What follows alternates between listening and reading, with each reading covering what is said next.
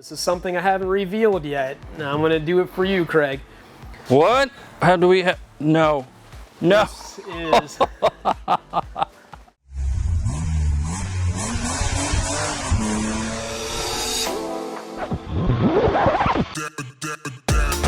Gabe. Hey, come on in.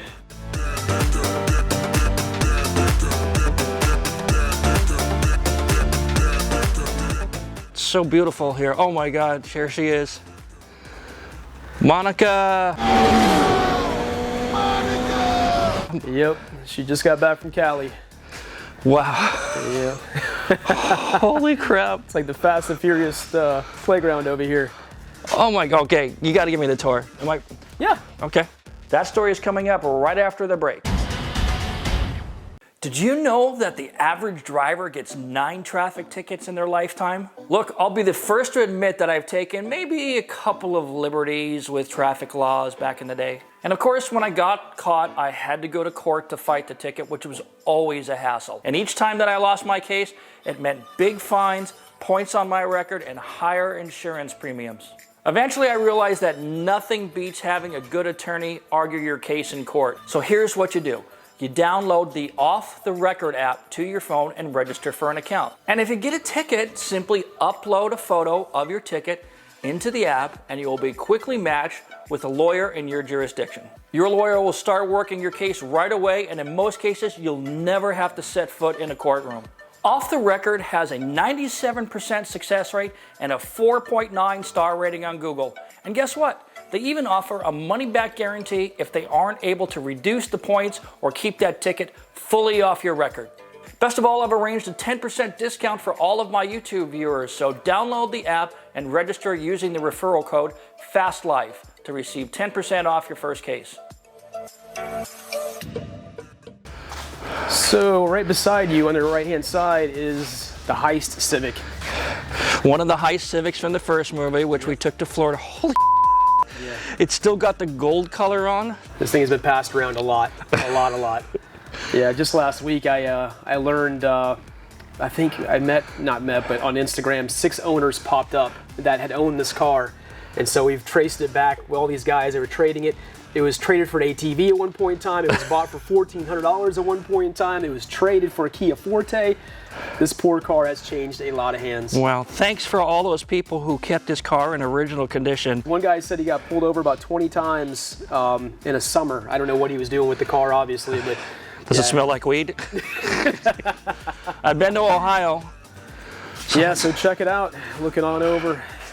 If just for your edification, if you're putting carbon fiber simulated windshield wipers on your car, you're broken. Stop that. Yeah. The paint. It's 20 years old, man. Yeah, so I'll show you my favorite part, Craig. If you want to lift the trunk up. The Wings West fake. I don't even know what it was. Is a Veil side wing or what? All right. So I like to inspect these cars when we get them, and I kind of look in every nook and cranny, but this right here is awesome. So you have the contrast of the Too Fast, Too Furious Gold, black Heist Civic, and then the teal. The factory teal color underneath it, I think that was, right? Yeah. But you can see how, down and dirty the installation was. It doesn't have to be pretty. And the guys like Tim Woods in the shop who were building these cars, yeah, they just had to turn out a bunch of cars fast. Yeah, in a short amount of time. Yeah, so, those guys were amazing. It still runs and drives. Actually, it's still in, I can't say good condition, but yeah, I would have thought that it would still look like this. So what's your plan? Are you going to completely restore the car, repaint it and everything? That has been the great debate right there between followers on my Instagram. Do we leave it like this or we turn it back into a black Heist Civic?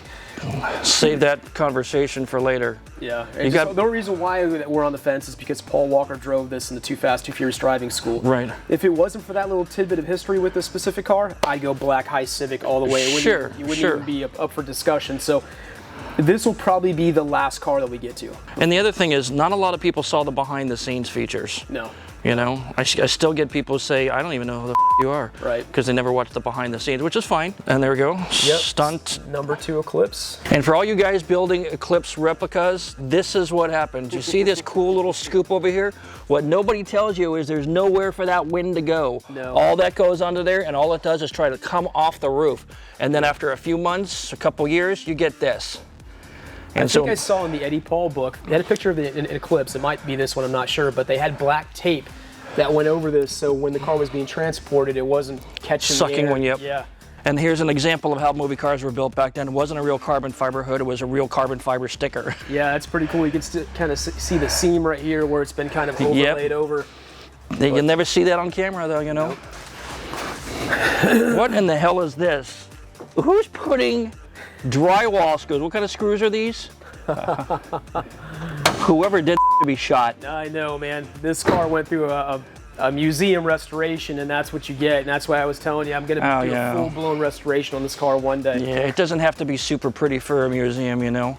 And why restore? We've got to remember, back in the day, 2004, nobody cared about these cars. Right. So just having the car in the museum was a huge attraction. Right. And you know, it looks the part. I stand back here. You don't know. Right. The motor's actually clean. Yeah. Considering this car is 25 years old. This car has sat, so the guy that I bought it from, he had it for I think going on 6 years. It sat in a storage unit and was never driven. I mean, so all yeah, right. It hasn't had much. And what's this?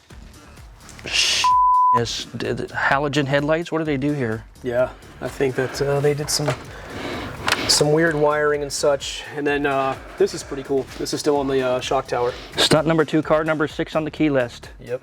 That's legit. Actual movie cars, not replicas, actual movie cars. Holy mo, okay, this is great. The seats are perfect. Yeah. They're not even sun worn. The harnesses are perfect. And then here's a good example of how we were faking. So, in case you can't see this, this is a plastic mold, right? Rough mold for the gauge pod. And because we were so broke in the first movie, we couldn't afford all those gauges. So we took Xerox copies of the faces of the gauges and just taped them onto this panel here. But you can see this thing doesn't fit well. All this was built in Eddie Paul's shop. These stunt cars don't have to have all this stuff in here because you're never gonna see it. Nope. And then they broke the lockout mechanism. So when you see Paul Walker shifting gears, it doesn't necessarily mean he's in the hero car. Because it's an automatic, Yeah. see? Exactly. So So he's just going 4 and a half, forwards and backwards, forwards and backwards. and this is the actual Foliatech shift knob, so that's original to the car right Yep. there as well. This is the Too Fast, Too Furious wheel, and then we have the movie accurate one to put back on this. Again, this is going to go through restoration, we're not there yet. It's so cool to see one with the actual proper wing. I believe this is the proper wing, isn't it? It is the proper wing. Looks like it. Just not the proper legs, Yeah. but yeah, it is the proper wing. If you can see, I'm not sure if your camera will catch that. Check out the blue paint, the overspray. That's Too Fast, Too Furious blue right there. All the little details. And then here's a good example of how these kits were so hard to work with because nothing fit properly. Yeah, and you don't see this on camera. Oh, I want to show you something cool as well. Stay right there. You got to check out the inside of the gas door. So we see the car and we see this big honking black rubber piece where that gas cap clips onto. With a right? motorcycle style gas cap. So I don't know if you can see this or not. Pop rivet, pop rivet, pop rivet, pop rivet. So it did have it on the other side. Obviously when this was restored, they filled in the holes. Yep. But this car did get that treatment. So again, they pop riveted from this side. Yep. They had that thing. So that was another little piece of Because all these cars were reused from the first movie. Yep. So you know that they put the little label maker decals on them, but what they also did too was etch the glass. Can you see that? Yeah, I can see the 2. And that means stunt number 2, obviously. And I think Quite curved. I think it's back here as well because they usually marked all the glass. Might be on that side. They like to do it on the driver's side. Oh, there it is, right there. Yep, you can see it. And then of course we have Monica's car, the Hero 1. This isn't a replica, it's the actual car. Right. Looks Yeah, like it's this was a purpose-built SEMA car. Went to so many different events and shows and all that over its career until you guys selected it to be in the film. It is one of the only cars that they didn't alter the decals in. So the way you see Monica is the way that she was before the film, which is pretty cool because you guys were, changing colors of cars, changing graphics, but for whatever reason, you guys kind of left this car alone. Must have been something that you guys liked about it. I don't know. Wasn't my call. I mean, it fit the part. It had that, what they call the race look, the raced out look. Right. Which I tried to keep explaining to them that the race term is very offensive. Yeah. But Rob Cohen's genius about this was that he wanted these cars to look like they belong in the segment, and that's what it was. This car was perfect. We have her factory radio out right now. It was giving us some problems. We're sending it off to get fixed. So if you see some wiring there, that's what that is. Now, I'm going to tell you two things that always drove me nuts about this car. First off, that Pep Boys steering wheel cover, okay? If you're putting that steering wheel cover on your car, stop it. First off, it's not safe. Yeah. Secondly, everybody know it's not a real steering wheel. Just don't do it. And then you're going to put that on with an airbag car? The stunt car's got the Pep Boy cover. That's actually leather that's been stitched. So Bill Cole had that done. He didn't do the Pep Boy treatment, but the stunt car's But it got looks that. like it. It does. It certainly does. It looks, either way, it's not that attractive looking. Oh, the seats are starting to get stretched now just for the years, 20 years, that fabric slackens and all that. While I was in California, we had RJ De Vera and Noel G sign the center console. Yeah, cool. I love that he had gauges up here. Yeah, everything's functional too. Again, he wasn't building this for the movie. He was building it to be kind of an autocross car, and everything that you see, every vendor that threw something at this, it was functional, Yeah, he modeled it after a touring car that they used to have American touring car series. Right. Here. The engine looks great still. Yeah, 30,000 miles, original B18 C1. It's pretty quick for what it is. I mean, in today's day and age, but back then, VTEC was a... VTEC was like having a 4-barrel car. Wah, wah. Let's continue the tour here. Oh, yep. Hang on. So this is a great story. Yeah. So we found this truck. We located it in Texas. And I reached out to the owner and asked if he had it. He said he had it. And he was about, I think, 3 months away from taking the engine and transmission out of this truck and putting it in like an older F100 to do a resto mod. If we had not caught this in time, we wouldn't be talking about this truck. It wouldn't be here because it'd probably be parted out thereafter. Once the engine transmission's taken out of something, usually people just part the rest out. So we caught this truck just in time. Did he know it was a Fast and Furious car? He had no idea? God, here's my take on that, Craig. So these were loaned out by Ford. Right. And so I think when the film was done, they went back to Ford. Right. And I believe that they probably went back on the lot as a demo vehicle, a couple miles on them, whatever, and the story never went with the trucks when they were sold. So that's my guess on that. Nobody cared about the movie when it first came out, right? The people was like, whatever, that's the racing movie, it's stupid, blah, blah, blah, blah, blah, blah, blah. But it was actually genius, it's a cult classic. Right. So that explains them letting the car fall into disrepair. Yeah. So over its time, Craig, it's had... These are the newer, like 2001 wheels. We have the 99s. There's all kinds of wrong going on here, but we have all the right parts to put the truck back together. Are these the right corner lights? No. Okay. No, the headlights are wrong. The grille is wrong. But again, we weren't buying it because, we were buying it because it's a movie truck, obviously. Yeah. And, I was watching your films and a lot of your YouTube videos ended with, we don't know where the vehicle's at anymore. Right. And then so when I went on the hunt, found the Lightning, found the High Civic, found a bunch of vehicles. So we can kind of put that to rest. Now we know where these vehicles are at, and they're sitting right here in this garage. It's a lot of them too. Yeah. But this is the pièce de résistance, huh? All right, you got that light bar? Yep, got the light bar. What in the hell are you doing? What are your powder coating this stuff? Oh yeah. Oh man, yep. This is a rotisserie thing you got going on, really. Yes, sir. Everything has just been. Oh, look at the wheel wells. All new joints, new ball joints, everything that we can throw new at this that we couldn't save. Obviously, we're doing that. Come on down. I mean, all the way to the rear end, to the axles. Everything you see is just better than what it needs to be. And so, again, the end goal is when we do a restoration, that it doesn't need it in the future, that it's done. It won't have to go through another rotisserie restoration like it needed before we got it. Wow. Unbelievable. It's just beautiful. Thank you. You guys are doing a great job. Thank you.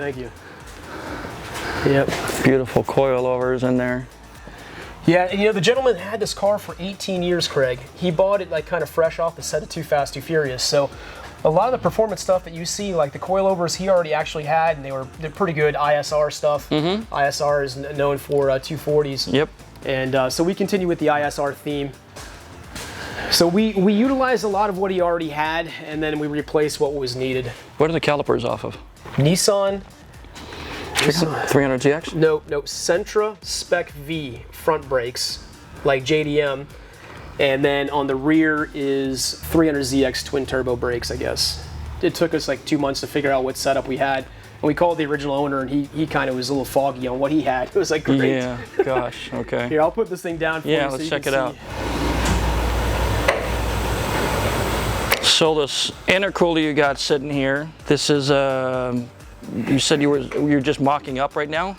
Yeah, we would never throw something that ugly back on the car. We're just using it for mock-up right now. That was the one that came with the car when we got it, but we're doing a brand new Corio Rad radiator, brand new intercooler. I think we're gonna change the turbo setup, and I'll explain that in a second. You know, you ever watch that show, Wheeler Dealers? Yeah. So Wheeler Dealers back in the old day, it always drove me crazy that they would take the motor out and they wouldn't clean anything up. And they just put it right back in. It looked dirty and nasty. This looks like it's been clear coated on top. Absolutely. It's been clear coated, ceramic coated. All of this stuff, the water neck, everything. Yeah, we did kind of a bolt dress-up kit. I'll probably add some little purple lume here and there. I want to make it period correct to like what Monica was. Like that was the thing to do with the show car was the lume and stuff like that. I'm not going to go crazy with it, but just the little pops here and there. I could have done the engine bay in the purple, but I felt like black was the way to go because that's how Universal did it. Of course, they did with a rattle can. We did not do with a rattle can, right. But do you think it was a good decision to do it black with the contrast and purple? There are purists that say if we ever saw the engine bay at all, even for a millisecond, and it wasn't that color, then it's not true to the movie form. I would submit that a lot of those cars were painted on the outside cosmetically, and all the owners had the same intention to restore the car back to the factory color or the color they already had on the car. Right. So that's the way we would do with the engine bays black and so forth. Nobody ever saw the engine of this car, so it doesn't matter. So if anybody says otherwise, they're clueless. This is a KA24, not an SR20, but it has been fully built internally. I mean, everything is new, forged and all that. We stuck with the turbo kit that he had, which was an undermount turbo, and Derek and I had a long discussion this weekend. I think we're going to ditch this and do a top mount because we are going to have AC, we are going to have power steering, and we're running out of room down here with a downpipe and all that. So this is going to get scrapped. And this is kind of, going into a restoration like this, nothing is set in stone. All these ideas, you're learning as you go. You really are. You're going to backtrack, and you're going to have to fix stuff that you intended to be permanent, but now it's no longer permanent, and a lot of changes. So that's what we're going through right now, and that's what's holding this up. So the wheels, still the original wheels? Yes, they are the original wheels. This guy left the car alone for the most part, other than the S15 front end. He had the original front end on this. He put push button start. He didn't set up the safety mechanism, hit the button, it went forward, hit his buddy's truck, and then ruined the front. So we took the insurance check and got an S15 front end put on it, basically. So okay. We were able to find all Nissan sheet metal, which was not an easy one to find. Because all these people are turning these cars into drift missiles, and they've all been crashed 20 times, right? Yeah, we had to find the fenders, the hood, headlights. You can see over here, we got kind of a setup, brand new headlights. Wow. Yeah. This is like jewelry for S14 guys. Yep. Look at that, stamped VIS. Nearly impossible to find that wing. They no longer make that. Probably had better chances of finding the APR wing than I'll ever have. Right. In the second one of these. But I mean, these were well built, don't get me wrong. Right. These were well built, it's very sturdy. I don't care where they got them from then, but the funny thing of it is, it's just not, This whole thing was painted orange. They must have just had the car out there and just went crazy with the orange paint. So in Too Fast, Too Furious, these cars were disposable. They were just coming down the ramp for the scramble scene. They didn't care. Yep. And these guys had way too many cars. Yep. We had triple the amount of cars on the second movie than we did on the first. Triple. Jesus. These guys were heroes. I would love to get one of the mechanics on camera. All kinds of cool parts getting ready to go on. Yep. Our biggest challenge right now is intercooler piping. We're going to have a guy come and do some welding for us and all that when we decide what turbo kit that we're going to go with, because we're not going to stick with that one there. Now, were these GK Tech, were they around back then? No. So what we're going to do is, this is kind of an add-on that we're going to be doing. This goes over the radiator shroud. Right. Derek and I, and then it kind of goes like this, sideways. and then sideways. And we're thinking that Derek and I are going to put like our names and when we found the car basically, and then when it was restored. So kind of a little piece of history to add to the vehicle. Yeah, maybe write something out and send it out for stencil. Yeah, we're going to have It would laser look etch, really, basically. yeah, beautiful. So we'll probably have the Furious Garage here, the date that we found it, and then the date that was restored. Brilliant, brilliant. So this is probably one of the easiest cars to replicate. Find yourself a 99 Ford Lightning and put a sticker on it, you're done. Yeah, yeah. And then you can put a sticker on it that says build, not bought. Yeah. Yeah, I'm so happy we found this truck. I've always liked the Lightnings. I thought about doing a replica because, like you said, it's just a simple decal. But I'm glad we hunted this truck down. I didn't intend to find it, but when we found it, I was like a kid in a candy store. I remember when we were first talking, we were talking about I'm going to build a replica of this, and then you said, no, I know a person who could find us the actual cars. And I said, good luck. Yep. And here you are, what, 7 cars later or something like that? I was going to do a replica of the Eclipse. I bought all the parts, ended up with the real one. Was going to do a replica of the Lightning, ended up with the real one. Vin Diesel's RX-7, that's not here in the garage right now. It's being restored in Michigan, and I had bought the wheels to do a replica for that. Bam, we own the real one. So it seems like every time I gear up to do a replica, a High Civic. High Civic, yep. Okay, Letty's 240SX, you got a real one. Yep. So all these cars are actual movie cars, not replicas. We got to talk about the Fast 4 240. Yeah. So have you seen Fast and Furious 4? Well, maybe if you blinked, you probably missed this car because all of that stuff was shot at night. I see it still has the black tint spray Yes. on the headlights, which they use to dull down the lights for the cameras. Good catch, yeah, for sure. Yeah.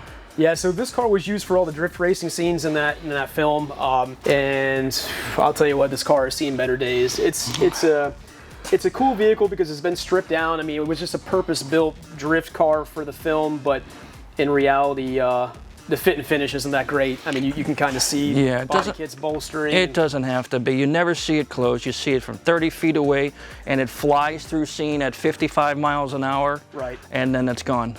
And then what's cool is this. You still got the 12.1. 12.1. They put that everywhere, Craig. Oh my God. Even inconspicuous spots that you would never see.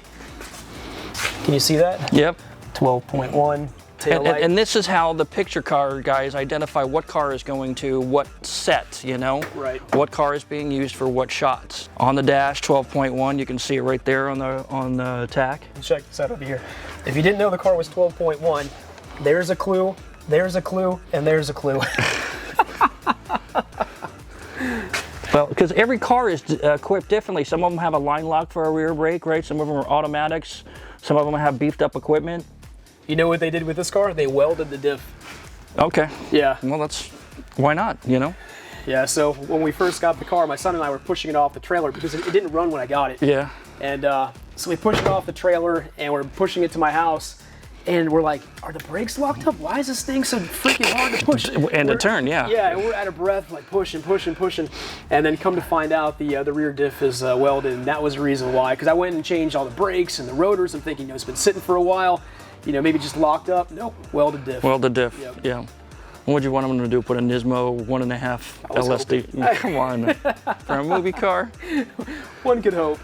And I see you haven't gone to rehab for your addiction to these things. Here's my little fetish. Hondas are my fetish. The B-series cars of the 90s and 2000s are my... They're going up in value. Yeah. We have 3 Integra Type Rs. We have this one. I've got 2 underneath covers over there. Civic Si EM1. I love these cars. I do like this car. So true story, Craig. I was really into the lowrider scene. And then the movie came out, and I was kind of borderline to get into import cars. When I saw the film, dumped the whole lowrider trucks, I was done, and I bought a Honda Civic, and this is the one that I bought. Not the specific one, but I bought a wrecked blue EM1, rebuilt it, fixed the front end and all that, and that's where my love for Honda started at that point in time. Are you tuner-splaining right now? Why you switched to the tuner? Don't blame me for your addiction. Right. It was the Fast and the Furious, man, that really got me into this. And nothing stopped. I love JDM cars. I like American Muscle. I mean, I kind of grew up right in between that era of muscle cars and JDM cars, so I can appreciate them both. I can talk with all kinds of guys about them, understand why they like what they like. Yeah, I can see still have some influence of the old school days, right? This nice old Chevy. Yeah, 57 Chevy. It's kind of been resto-modded a little bit. We're gonna put on air ride, I think. Maybe some different wheels, different paint. Yeah, I like my big body 50s cars as well. Yeah, there's a lot to like. Underneath this is something I haven't revealed yet. Now I'm gonna do it for you, Craig. What? How do we No. No. This is You hinted at picking up another. This is holy Yep. Danny Amato's car. What are the fenders? Do we know what those are? These are the Z3 fenders, basically. Remember the fiberglass ones you Yeah, can get with the little vents? But who made them? Oh, VIS. The way that you see this, Craig, is the way that I bought it. I haven't done a damn thing to it yet. Holy mother of God. See what I was telling you? Stuff is just on the ground. I didn't throw that shit down there. That was already there. So this car has been stripped, and now we... Is it an actual manual? Because I don't remember. Yeah, it's an actual manual car. Yep. What motor's in it? Oh, let me show you. It has got a beast of an engine. Okay, you're setting me up for something. It's fast. It's super fast. Whoa, wait. We got no windows, do we? We got no engine. Yeah, so this... I hope you didn't pay a lot. I did. A lot. Ah. A lot. So Craig... Wait. Yes. This completes the first race scene. We are the only collection in the world right now to have the four-way street race, and the least important car from that street race became the most important for me as a collector, because without this, I couldn't complete it. So that's why I paid up on this car, and this is the only Danny Amato Civic to exist. So yes, to answer your question, we have the four-way street race now, which is, for me, as a fan of the franchise, this is like the best. Wow. Yeah. Now we got to get RJ to roll up, right? Yep. We've got a imitation looking Vin Diesel in California. You know, we got Gino and Fit Rich, yeah. So when I was at SEMA and when I was at the Acura event, RJ was there at both of those, and him and I talked about this project and collaborating. And what's funny is he doesn't take this car very seriously. I understand the reason why. Yeah. It wasn't a fast car, and he didn't really want to be in it. But the fans love his character, and the Right. fans love the car. So he's kind of agreed in a way to be part of it in some capacity in social media. But my goal is to restore it, get him reunited with it, play some PlayStation in it, sign it. That's kind of the end goal for me. Yeah. See all this wiring? Yeah. What is that from, Craig? I'll let you take the floor on that. I don't know what this is. Lights? When he was playing PlayStation and all that, you guys had a cart that you would have given For the auxiliary electric. power. Yeah. So Okay. all of that is still there, which is pretty damn cool. So this is the car that he was playing PlayStation in. This was also the flamethrower car because I found the actual exhaust pipe laying in the back of the vehicle. A lot of people don't know when these cars are sitting on the line to do the flamethrower effect and the revving and all that. Those cars are there for hours. And so they have a cart with the generator and all that other kind of stuff. And they put neon lights in the car, and they put white lights in front of the dash to be in the driver's face. Yep. Yeah, so Are these CP 28s, I think? Yeah, these are Racing Heart CP something or another. CP 28s, if I recall. My goal is probably sometime in March or April to start this. We're gonna let RJ figure out what engine he wants to go with in this. That's one thing I had talked to him about. It's gonna be something obviously period correct, some type of B series or maybe D series turbo. What in the hell? Think about it. So check it out, Craig. Ready? Yeah. Comes right out. You know why? I know why. Okay. So when we're filming, what these guys normally do, and you know, Yep. but a lot of my audience doesn't know. Every time you see a shot through a windshield, see all this glare coming off the windshield? We can't have that when we're filming, so they do one of two things. First off, if they're going to keep the windshield in there, they take the rear view mirror off so it doesn't obscure the driver's face and the passenger's face. But they don't usually do that. What they do is take the whole windshield out, and then they tape in a piece of Lexan plexiglass, which is clear, and it doesn't give off any reflection at all. And then sometimes they take the windshield out altogether. Together, yep. And I believe they did that for this because you can kind of see some adhesive and all that, and they had tape on it so they could remove it and all that.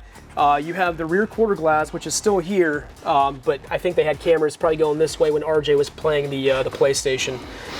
And then this is the car I was telling you about that when I got the car, I had folded the seat down and I saw like a yellow fiberglass box or whatever, laid it down, and the roof scoop of the blown up Eclipse was sitting in the back of this trunk. Yes, sir. Absolutely. You still have that? Yep. But hold on one second. I'll show you kind of the sad shape and this car is in. Oh, man. Yeah. That is going to be fiberglass work. Yep. We have so much restoration to do in this garage. It is just insane. And I hope you guys enjoy what we're doing and appreciate what we're doing, because this is one expensive venture, but we are rebuilding these things. You're the only guy in the world who's doing this, really, right? Because all the museums, they just hang on to these cars for a while and then they sell them or trade them to other museums and all this. So they're preserving those cars, which is a good step. But it doesn't economically, it doesn't make sense for them to restore them, because they're not going to sell one more ticket if the car is not restored or restored. So it makes financial sense for that. Right. But the good news is that they are keeping them, in good shape. They don't do anything with the cars; they're still there. So. Yeah. So again, this was sitting in a museum, and now I don't know what wing that is.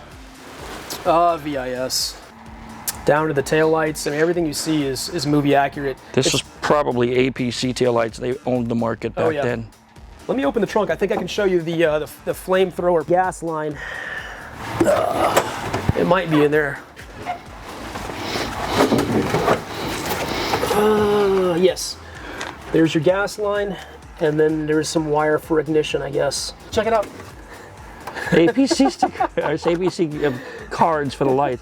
So the way they did this is they have a couple of propane tanks in here, and they're using different chemical mixtures to get different colors, right? Yeah. They use an MSD 6AL ignition box and MSD 6AL coil, and they take a spark plug and they put it into the muffler tip, not the muffler, behind the muffler, and in the pipe right before the tip, or actually in the tip. Right. So this gaseous mixture goes, and then the stunt driver, hits the button and it fires off the spark plug, which ignites it just like a barbecue lighter at that point. And so it's just lighting the fire, and they control the flow through electronic valve. So.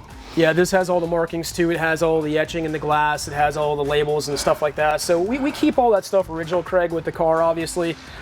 Yeah, it's part of the provenance of the car. Yeah.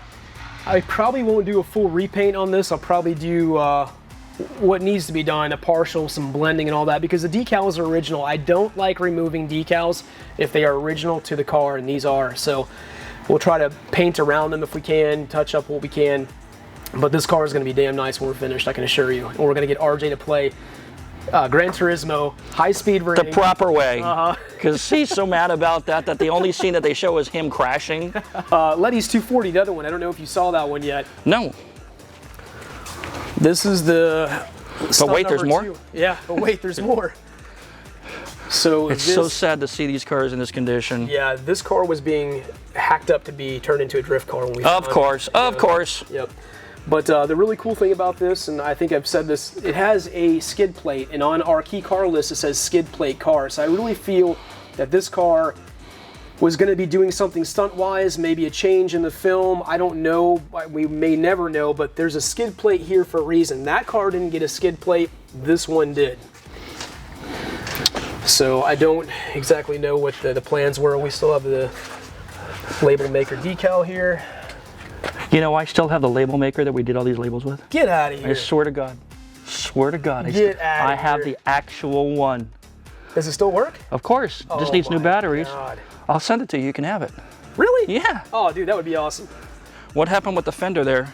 Something about a tree dropped on it or something. A tree? That. Yeah. Or... Ow. Oh, it's all right. Yeah. Fuel cell car. Had to be, right? Well, no. They were cutting this up and they were going to do an LS swap and they were going to put a fuel cell in it. This is not from people. Yeah, this is what I have to contend with now restoring it. I've got to find a donor car. We got to cut the floor out of it. So, I mean, there's a lot that goes into this. It truly is. So it looks like somebody filled in the holes for the wing, but you can see where the VIS wing was right here. Oh yeah, great bodywork whoever did that, thanks. Just go buy an old Corvette for sakes. Right. Leave these cars alone. Nobody cares about this is the original Too Fast, Too Furious blue. So that's kind of neat. And the car has an interesting history, right? So once it went to Too Fast, Too Furious, didn't we use that for driving school as well? Yes, it was used in the driving school video as well. So I'm sure Paul drove it, but I never saw it. They all drove. Yeah, Tyrese, I think we saw him drive it or something like that in that Too Fast, Too Furious driving school video. But yeah, this car, that car, and the Heist Civic over here were all three on set on the Too Fast, Too Furious driving school video. Yeah, this was blue at the time though. Yep, that was blue. Aquamarine blue, yeah. Now, Craig, you get to see kind of a upfront tour of what we have to go through to restore these iconic cars that you guys selected to be in the film. Here I am restoring them 20 years later, and this is quite the task. Yeah, well, it's great. It's great being here. Yeah. So go ahead and give your channel a shout out. Jake Gabriel has his own channel, and if you're not following his builds, you're missing a lot of good stuff. The Furious Garage on YouTube is who we are. We're going to show you the restorations from beginning to end of these iconic cars. I am Fast and the Furious Integra on Instagram, but that'll be changing pretty soon to the Furious Garage as well, because we have so many different cars, and when I started my Instagram it was only with Monica. Right. And so what's evolved right now in the garage, we'll be changing that. But be sure to follow this, guys. If you're fans of the Fast and the Furious, these are actual real screen used cars we're restoring. And the hopes is when we're done, they go out and they go to shows where you guys can see them. A couple are going to Ireland, me and Craig are going. And that's the end goal, is to share them with the fans. I don't want them just sitting here all the time. I really don't. So thanks for having me all the way down here. Just fortuitous that I happen to be in Tampa this week. So I come out here to this remote secret location. I feel like I'm in some bunker for you know, SAC, Strategic Air Command. Right. But it's a great place. Yeah. Thanks for having us. Yeah, no problem, Craig. It's a pleasure, man, bringing you out here and showing you these cars. So thanks for coming by.